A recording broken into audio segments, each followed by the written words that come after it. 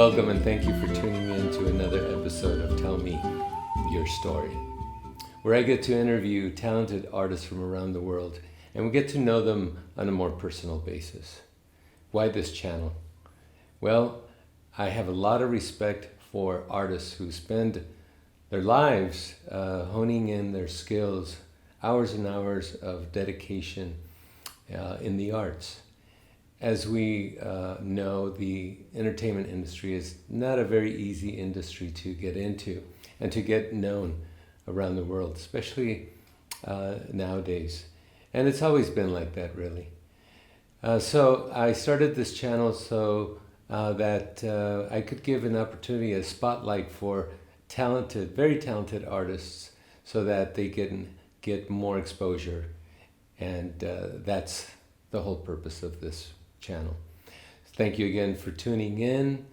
I hope that you enjoy this channel and that you share it, comment, like. Thank you very much. Thank you for being here. Today I'm so delighted and very excited to have with me a wonderful singer and a peace ambassador as well. Wait till you hear her bio. I'm very, very impressed. Here we go. Sacha is a producer, composer, and celebrated for singing jazz in 14 languages. As a global peace ambassador of goodwill, Sacha uses music as a tool to create community and designs peace murals to build bridges between bordering nations. Sacha played semi-professional soccer and tennis while attending university. After graduating from one of the U.S. top business schools, with honors and degrees in marketing and international business, she founded a record label, production and publishing company. Moving forward to produce jazz records as one of the few female producers in the music business, her production company, Hear Me Roar Records and Entertainment, provides entertainment in all genres to Fortune 500 companies for events, festivals, and artistic direction of curated programs. Presently, she is curating the program 7 days a week at Il Sogno Italiano Fine Dining and Music in San Diego's Gaslamp District. Grammy nominated and with numerous awards on the international music scene, Sacha has toured extensively throughout the world and is one of the top jazz artists today with a career spanning over 2 decades. The jazz singer turned her sight on a new adventure in 2014, founding Sacha's Supper Club, a vintage pop-up club encompassing food, music, and dancing in an effort to bring community together through elegant social gatherings, much like that of the old New York cafe societies in the 1940s. Partnering with 5-star hotels and historic venues, the club was a great success in Southern California and won several awards for its originality and vintage nightlife. Of Mexican and French Lebanese origin, Sacha was raised in a European home in San Diego, California, with a Belgian stepfather, Michael Stroot, who taught her the fundamentals of gastronomy. The founder of modern spa food and numerous awards and New York Times best-selling cookbooks, her Epicurean education began at an early age in the family kitchen. She enjoys cooking for those who love to eat well and is a member of the Paris chapter of La Confrérie de la Chambre de Rôtisserie, the oldest gastronomical society in the world. Sacha lives between San Diego and Paris, sits on several education, art, and cultural boards, enjoys fundraising for multiple nonprofit organizations, community service in the Baja California orphanages, mentoring young artists, and volunteering at the American Cathedral in Paris. Querida Sacha, por fin se me hizo que viniste. Thank you, Sacha. It's my pleasure to have you here in my studio. Welcome. Muchísimas gracias. Estoy muy agradecida. So, Sacha, I know you are fluent in many, many languages. I only speak English and Spanish, a little bit of French, a little bit of Italian. But I think that your audience is much broader in Europe and here in the United States. And in Mexico, of course, a lot of Spanish-speaking people as well. For purposes of this channel and to, try to get out to as many people as we can. Let's do it in English. Okay. We'll sprinkle a little Spanish, and you can test my French. No, thank you. No, don't do that. Is that okay with you if we do it in English? It's perfect. Okay. So, we've never met before, just so people understand, but I've heard a lot about you. I've heard you sing, and I'm very impressed, and I'm just so happy that you're here.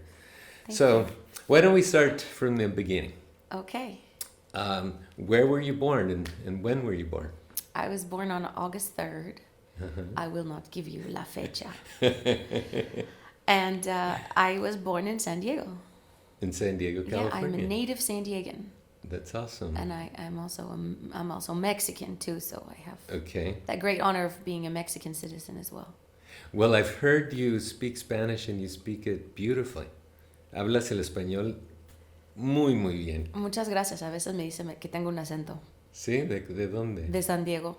Acento de San Diego. Y hablas francés, obviamente, Sí. ¿verdad? Y inglés. ¿Qué otros idiomas hablas? What other languages do you speak? I speak so English, Spanish, Italian, French, some German, some Arabic, and Portuguese, some Portuguese. Proficient in the last three that I mentioned. Muito obrigado. So, Excellent. Very good. Okay, so you were born in San Diego. And where did you go to school? Where did you grow up? I grew up in Bonita until I was 11, and then we moved to Bay Park. And I went to Bay Park? Where's Bay Park? It's right like SeaWorld area, the Bay. Oh, okay. And on the hill. I asked because I'm from San Diego and I had never heard of Bay Park. It's like SeaWorld Drive, but on the hill. So like it overlooks the bay. How cool. And I grew up there, and then I went to the University of San Diego High School, which is now Cathedral. Okay. And then University of San Diego. Okay. And so I was good. here for a very long time. I see. So you're total San Diegan. Total San Diegan. Awesome. I was from San Diego until I moved up to the valley here in Temecula. So it's always nice to know other friends and artists from my native city, You San grew Diego. up here too? No, I grew up in San Diego. At No, Tijuana. but I mean, in Tijuana, okay. Tijuana, San Diego. My mom also lived in Tijuana when she was younger. What is your mom's name? Irma Casares. Strut Irma now, Casares. but Casares before. Yeah. And you had a Lebanese French father? Yes. And Can you tell us a little bit about that story? so my father, he lived in Beirut and emigrated to the United States in the very late 70s, met my mother, and they fell in love, and there came a little Sacha soon after. And he traveled extensively through Europe, and he lived in Paris as well as my family did. And then he came to the U.S. and when the war in Lebanon broke out, and he ended up staying here and making it possible for all of my family to eventually come here. So they're all here, the immediate family. And we still have our family in Beirut, and we still have family that instead of, coming here, went to Paris. So I see. What is that affinity of Lebanese people and Paris having such a big connection? Because I heard that the Lebanese was the cultural mecca of the Middle East. Is that yes, correct? it was they called it the Switzerland or the Paris of the Middle East. The I'm Paris, sorry, yeah. the Paris, not the Switzerland, but they the French occupied Lebanon until I think 1954. It was 54, 56, 54. Okay. So everything is in French, and everybody went to French schools, and so that's the history there. Okay. The colonial powers, of course. We were almost French too. Here in the U.S. Yes, absolutely. Yeah. My last name Lavalade it's really not Lavallade. It's Lavalade. It's French, and it's one of the only families in all of Mexico with that last name. Oh, that's great. It was supposedly the barber of that came with the court of Maximiliano. Oh, wow. And supposedly my great-great-grandfather was his personal barber. Oh, how fantastic. But we digress. So Good hair runs in your family. Thank you. And your father's name is? Mike. Well, Michel by birth, but he calls himself Michael. Michael. Now, when I read your bio, it said a Belgian stepfather. Yes, his name is also Michel. So what happened there? Tell us. And my middle name is Michel. My mother remarried, and so did my father, and so they each have their prospective loves still after 30 years. And they still care about each other. And there you go. Wow. So I see. How old were you when your Belgian stepfather came into the scene? I was about 13. Okay. 12 or 13. And he introduced you to the culinary arts. I see. And my father, my birth father, he is an amazing cook as well. So I learned all the Lebanese cuisine from him. And then my stepfather basically taught me the fundamentals of gastronomy. And then little by little, I really went into all of his books, and I would see like all the books from Julia Child and The Art of French Cooking and everything that he had. Ina Gardner's books, like they're all there, like The Joy of Cooking, these first editions on our shelf. And I would just go in and read and they read them, and he had a lot of French cookbooks, and just watch him in the kitchen and constantly pick at the food and get chased out. And his deal is that he is the founder of modern spa cuisine. So he took the gastronomy of like French, traditional French cooking, and said, okay, well, you can still eat 1,250 calories and make it taste good instead of having cottage cheese and tomatoes. And you can replace things, and you can have a lot of flavor, and it can be beautiful, and it can be delicious, and implement all the flavors of the world into that as well.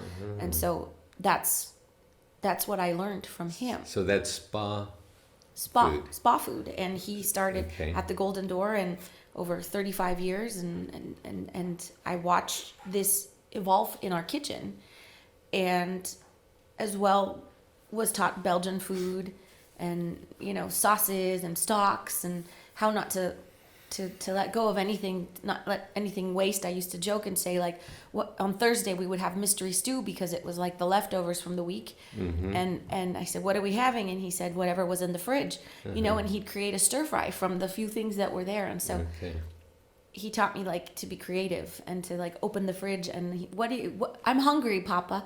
Go to the fridge, open the fridge. What do you see? I see a carrot. I see this, I see that, whatever. He's like, so what do you actually see? Right. Create it in your mind. I love Envision it first. What do you want to eat? What do we have in the cupboard? We have some tamari. Okay, do we have ginger? And that's my education. That's wonderful. I love that. You know why? Because I'm into cooking myself, very much so. I've taken a few classes in Italy, in southern France with a 1-star Michelin chef. So that idea, I never cook with a cookbook or measuring spoons or anything. I go in the fridge and I, just like you described it, what do I have there? What can I make with these ingredients? Of course, you have to make sure that one ingredient does go with the other one or enhances its flavor, et cetera, et cetera. Yeah. But I love that. And when I was reading your bio, I'm going, man, wouldn't it have been wonderful to have met Sacha maybe 20, 30 years ago? We would have been the perfect couple. Yeah, I would have been little. I'm kidding. Well, you don't know how old I am. I'm kidding. I'm trying to throw the age off. We're talking a lot about numbers, Well, mathematicians out there. And I've seen a lot of your posts, and you do post food once in a while, like myself, and it looks delicious. So one of these days, we'll have to get together and share some of our foods. Yeah, that would be nice. Could break bread together. That would be wonderful. And you lived in France, so you did the same thing too. You go to the market and you what looks daily. good and what's happening, and you never stock your fridge up like we do here in America. It's go to the market and you may have had a plan to cook a chicken that day, but there's no chickens left. Yeah. And your neighbor took the last one. So there's fish though, so we'll take a fish today. And the markets, the open air markets, and when you taste the fruit and the cheese, it just bursts in your mouth with flavor. It's fantastic. Just fantastic, yeah. So we digress because we love food, don't we? Yeah. Let's talk about music, and let's talk about you a little more. So when did you start your musical passion? Was it, in school? A lot of the people that I interview, many of them, their parents were never musicians, just one so far. So tell us, how did that passion start in your life?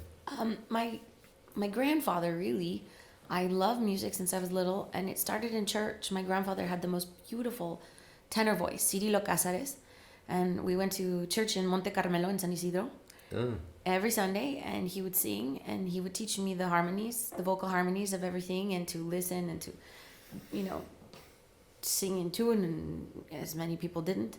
And he was always so beautiful, like his voice just would resound in the church. Cirilo Cázares. Cázares. Cirilo Cázares Sendejas.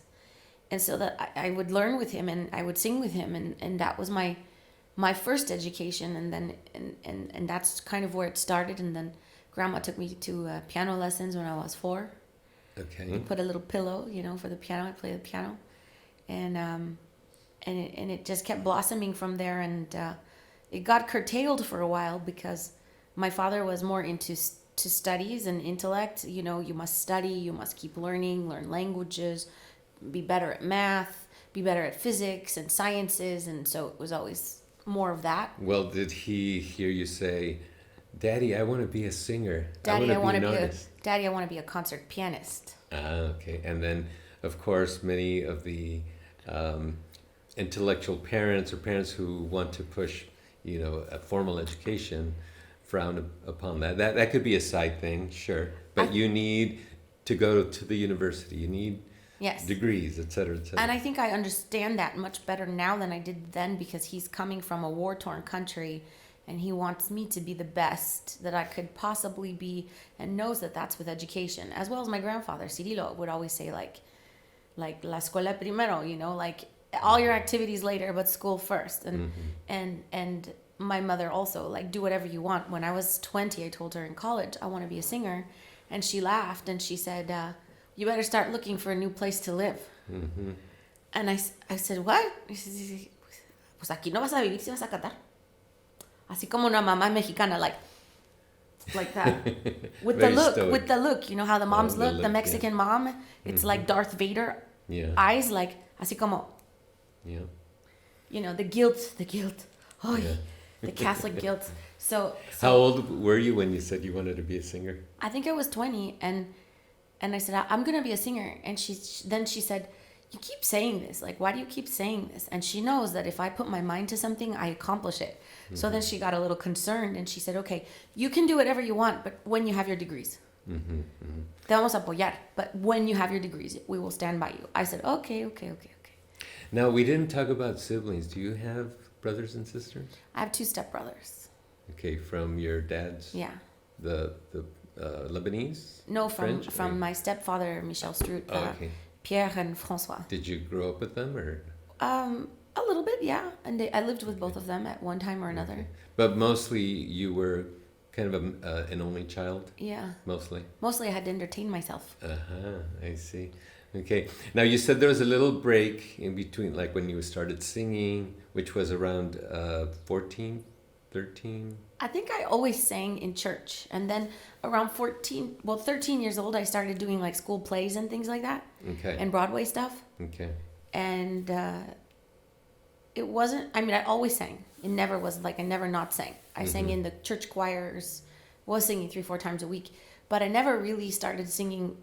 I didn't really start singing professionally till I was 20 years old.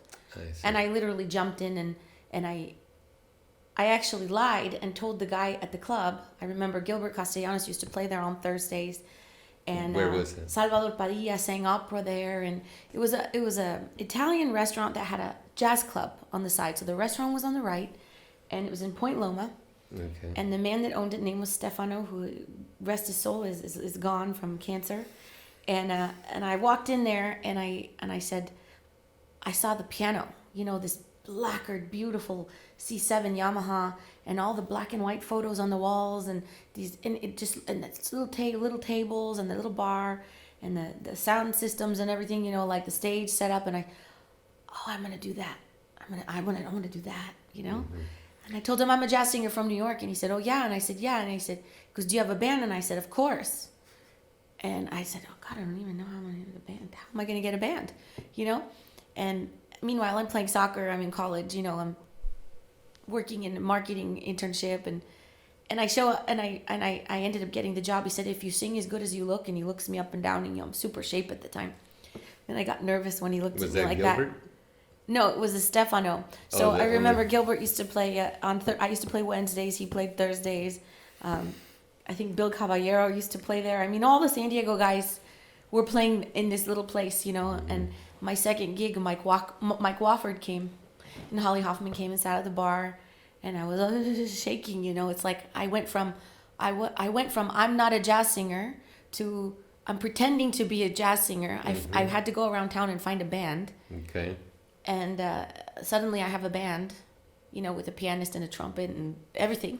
So let me stop you right there, though, because obviously something propelled you to do that and to delve and jump in, and it was a big risk, right?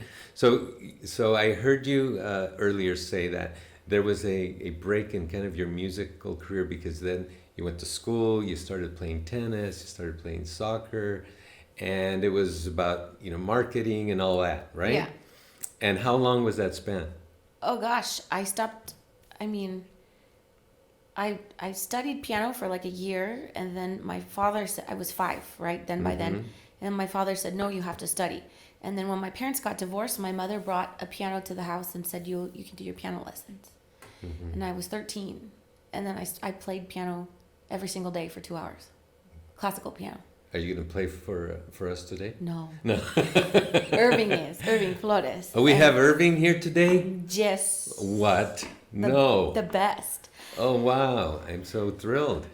Yeah, so I started my musical training again, and singing was just the back burner. You know, it was part of the Catholic stuff, you know, church, service. Plays at school. It wasn't serious. Okay. It just happened that one day I decided to be a jazz singer.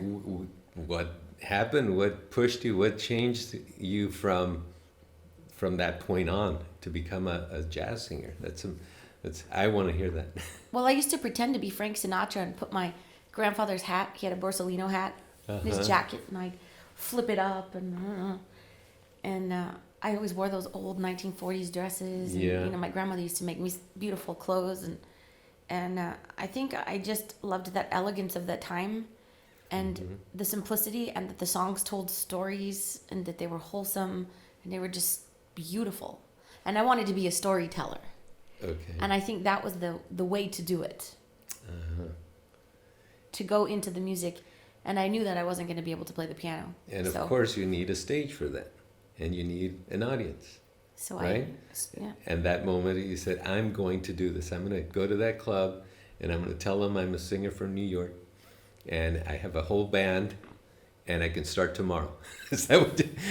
Yeah, that's what I'm hearing. Basically, that's what I did. I sold myself, and then I left, and I said, "That is awesome." A la chingada que hice. Like I sat in the car going, you don't even. You might know like 500 songs right now, but like, you don't know the first thing about being a band leader. And I was thinking, why do you watch always the like director, you know, leading the band, so you could figure it out. Just fake it. You read music, fake it. So what happened? I got the gig, and the next Wednesday, it was a Monday, and it was the next Wednesday, and I was told to bring some people, and I had a lot of friends from soccer, from tennis, from when I played boys baseball. I had a whole bunch of guy friends. Well, you were quite an athlete. So I love playing sports.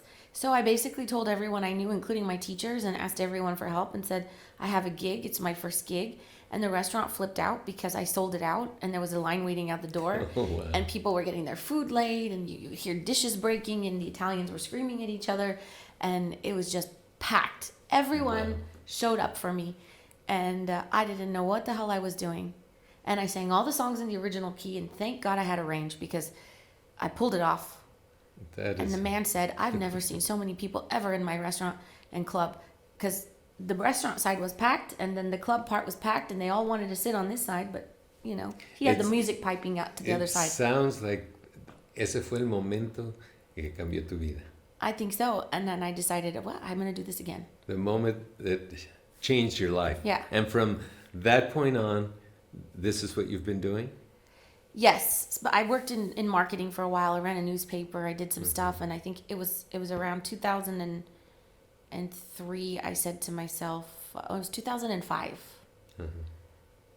I felt like I was miserable doing other things and having to show up at 6 a.m. to work in Las Vegas. I lived in Las Vegas at the time, and just I didn't like what was happening around me.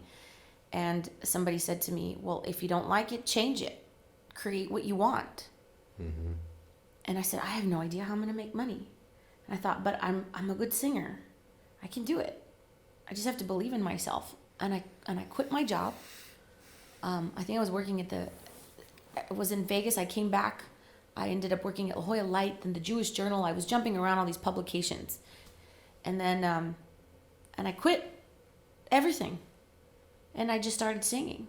And it just worked out. Now, what were your fears hard. at the moment? That I wouldn't make ends meet, that I wouldn't be able to create an actual living doing something I loved.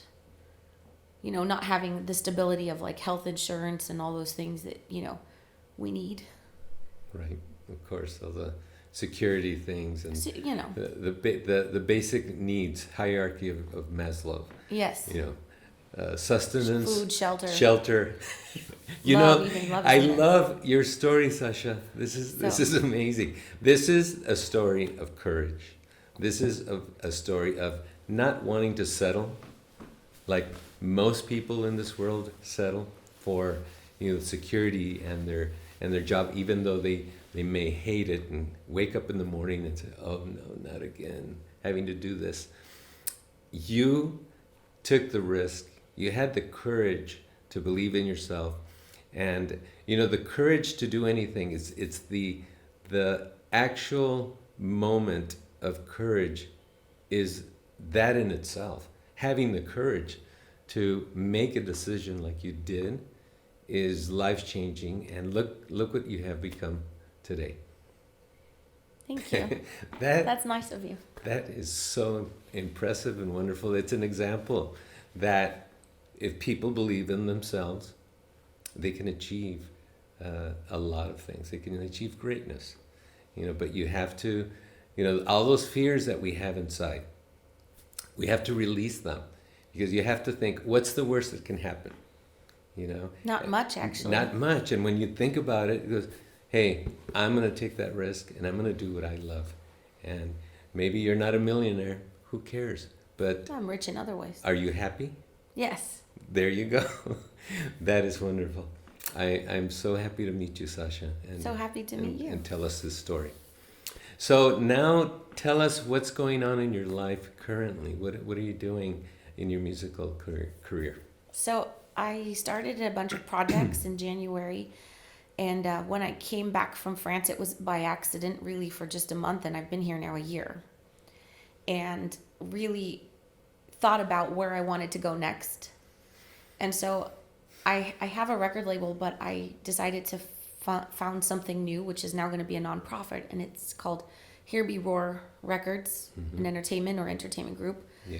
And it encompasses the talents of women in the arts. And I found that in France, and not just there, but everywhere around the world, there's a lot of women that don't necessarily have the courage to stand on the stage to play their instruments, because it's a male-dominated industry, and they get a little bit, they're fearful that they get up and they're not as good, or not everybody, but there's a lot of, I saw this a lot at the jam sessions, and I've felt it growing up.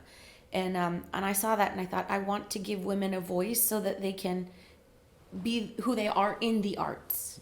And they can, and I wanted to outreach and help other talent to grow and help them create incomes for themselves so that they could generate, you know, money from their talents, because they don't necessarily always have the means or the funds to produce their own records and things. And there's hidden talents that are not on labels, especially Latin people. So I focus on Latinos because I feel like we're the in-betweens in the record industry. And unless we're doing Latin music, we're not always considered in jazz, for example, legitimate.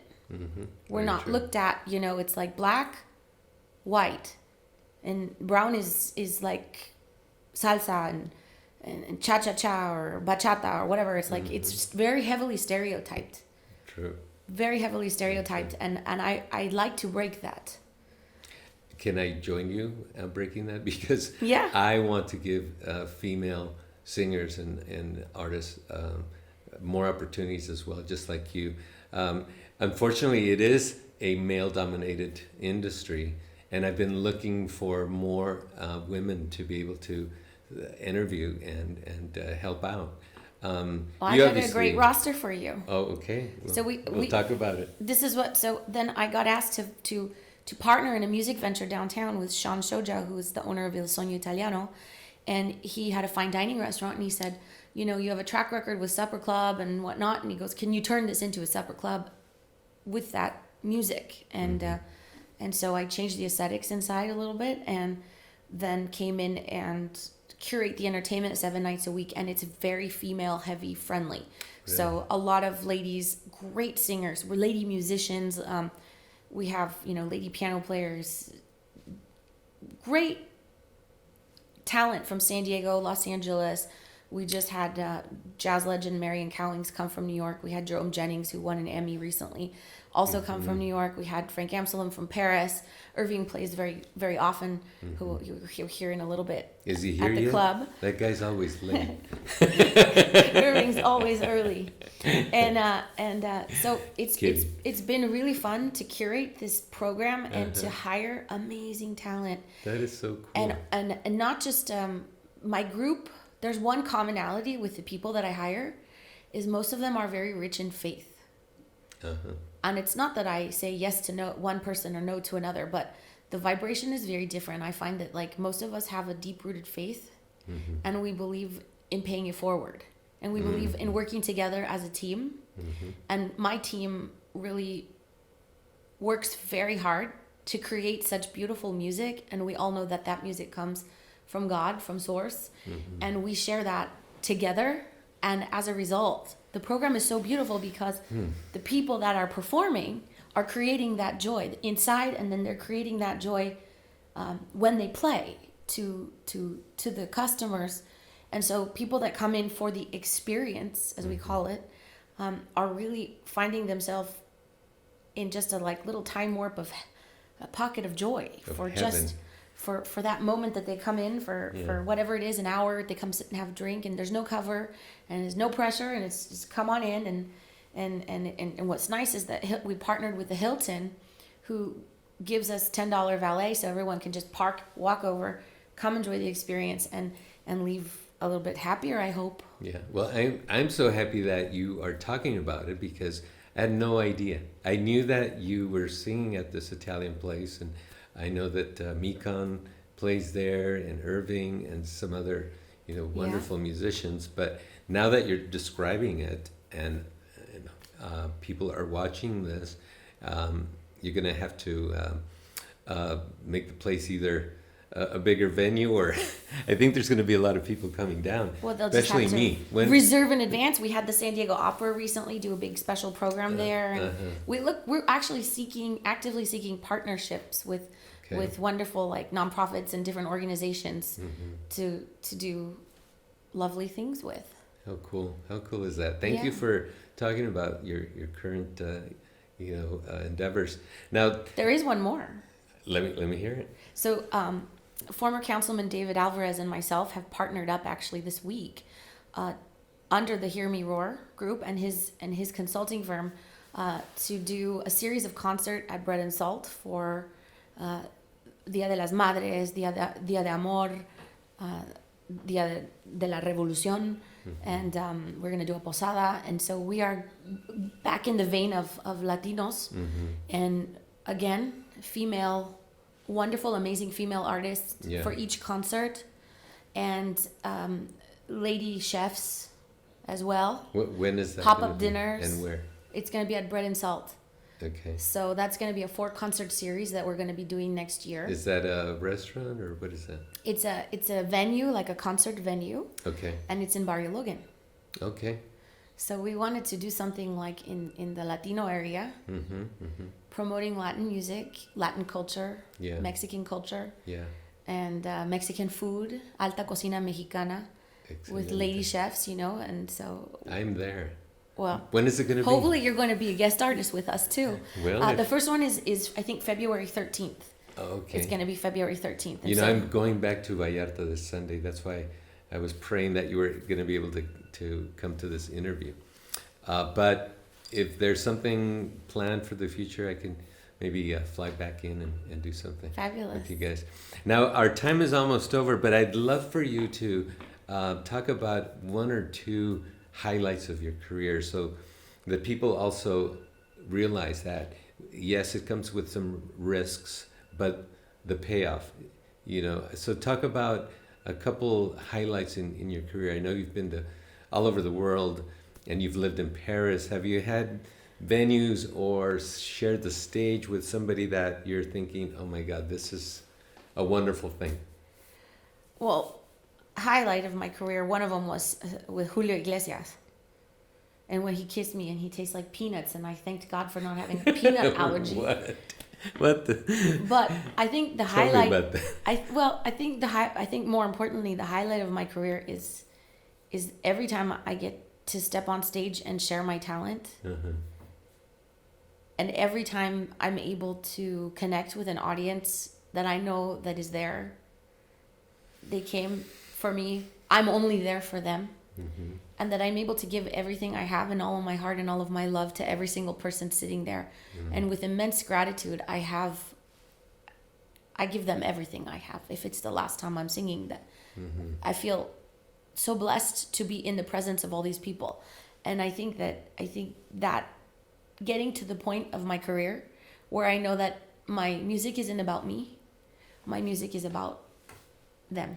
And giving from you. And just giving as much as I can when I can, and that I have to also give to myself so I can give to them. Right, I have to take time to meditate, take time to pray, take time to breathe and be okay, to fill myself up so I can, give. And I think that, I would say, is the highlight of everything I've done besides moving and success here and there. I feel like success is measured every time somebody looks at me with a smile on their face and I see joy in their eyes, and then I knew I did my job. What beautiful sentiments. I love that. And I resonate with that because, I've had some highlights here and there with some famous people and stuff like that. However, just like you said, it's just when you get up there and you see people's faces either crying or smiling, laughing, dancing, that is the connection, isn't it? Mm-hmm. Are you sure? You are such a joy. Thank you. You're a joy too. It's been a pleasure to be here with you. Thank you so much. Now, I know you're going to do some songs for us, right? Please. As Irving would say, Jess. Jess. What songs are you going to do for us? We're going to do one song in French, and Que reste-t-il de nos amours? Charles Trenet, which is also I Wish You Love in English. Je ne sais pas. And then I'm hoping you're going to jump in. En español, por favor. You're going to jump in. What was the title? Te deseo amor. Te deseo amor. And Tres palabras. We'll do a song in Spanish. Tres palabras. Un bolerito. Okay. ¿Y puedo tocar con ustedes una cosita? Es ya tradición. S'il vous plaît. Merci beaucoup. Okay, let's hear you and Irving play these songs for all of us that we've been waiting for. This song is a French song by Charles Trenet, and it is called Que reste-t-il de nos amours? In English, it's I Wish You Love, and Irving and I are going to play this for you. Ce soir, le vent qui frappe à ma porte me parle d'amour morte, devant le feu qui s'éteint. Ce soir, c'est une chanson d'automne dans la maison qui frissonne, et je pense au jour lointain.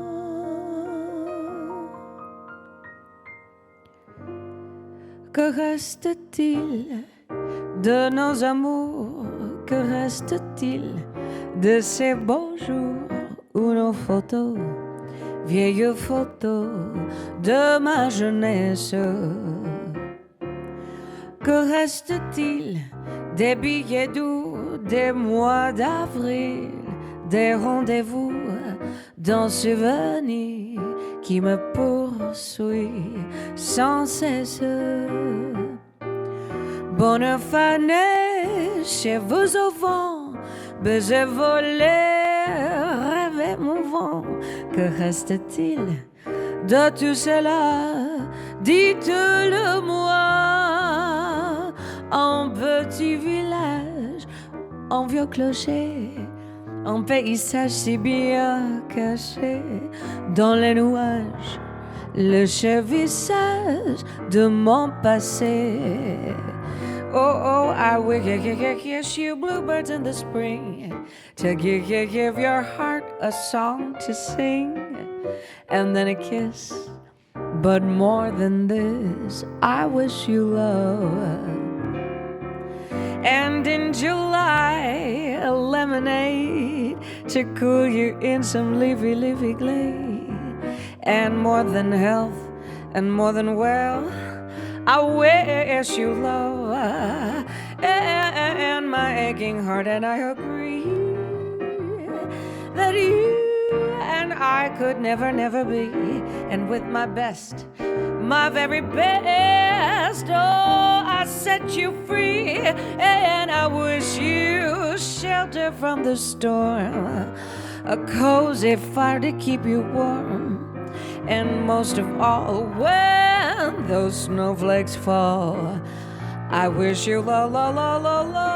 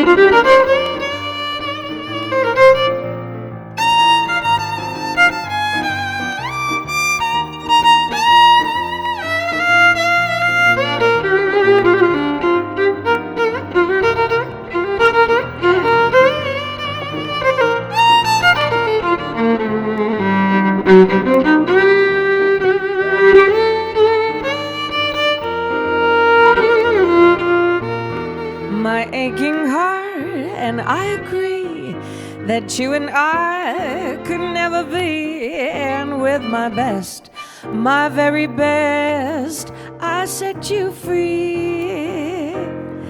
I wish you shelter from the storm, a cozy fire to keep you warm, and most of all, when snowflakes fall, I wish you love, and most of all, most of all, and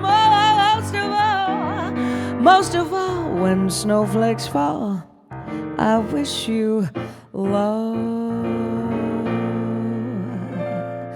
Que reste-t-il de nos amours? So this is a little song I wrote, and it's called Sacha. My name is spelled Sacha, but it's pronounced the French way, Sacha. But if you're Mexican, you call me Sacha. So here we go. It's a song about Sacha.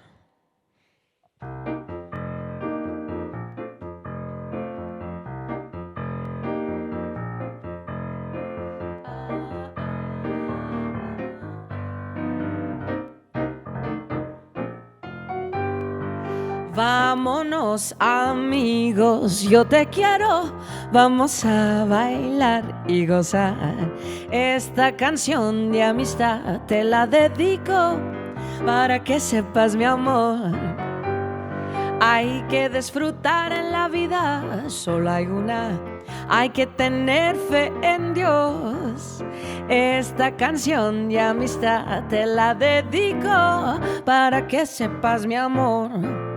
Yo nací en una familia bonita con abuelitos creados por las manos de Dios y una mamá tan bonita, bonita, tan bonita que me pongo a cantar. Así se baila la Sacha, cha, cha, cha, cha. Sacha, cha, cha, cha. Sacha, cha, cha, cha, cha. La Sacha, cha, cha, cha. Así se baila la Sacha, cha, cha, cha, cha. La Sacha, cha, cha, cha. Sacha, cha, cha, cha, cha. Sacha, cha, cha, cha. Uh-huh.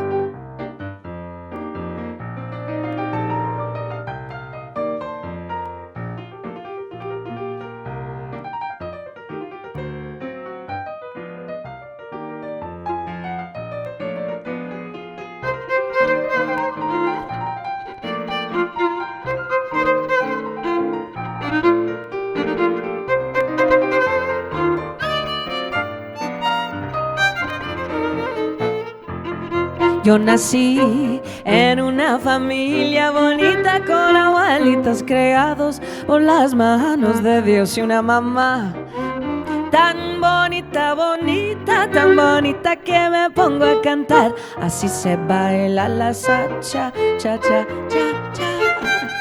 La Sacha, cha, cha, cha. La Sacha, cha, cha, cha, cha. Sacha, cha, cha, cha. Así se baila la Sacha, cha, cha, cha, cha. La Sacha, cha, cha, cha. Sacha, cha, cha, cha, cha. Sacha, cha, cha, cha. Dururu. Sacha, cha, cha, cha. Sacha, cha, cha, cha. Sacha, cha. Dear Sacha, it was such a pleasure to have you here with me. I can't thank you enough. Thank you so Merci much. beaucoup. Muchas gracias. Un beso. Sí, claro.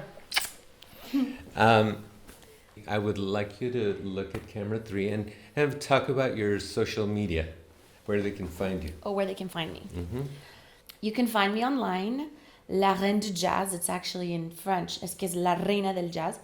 LAREINEDUJAZZ.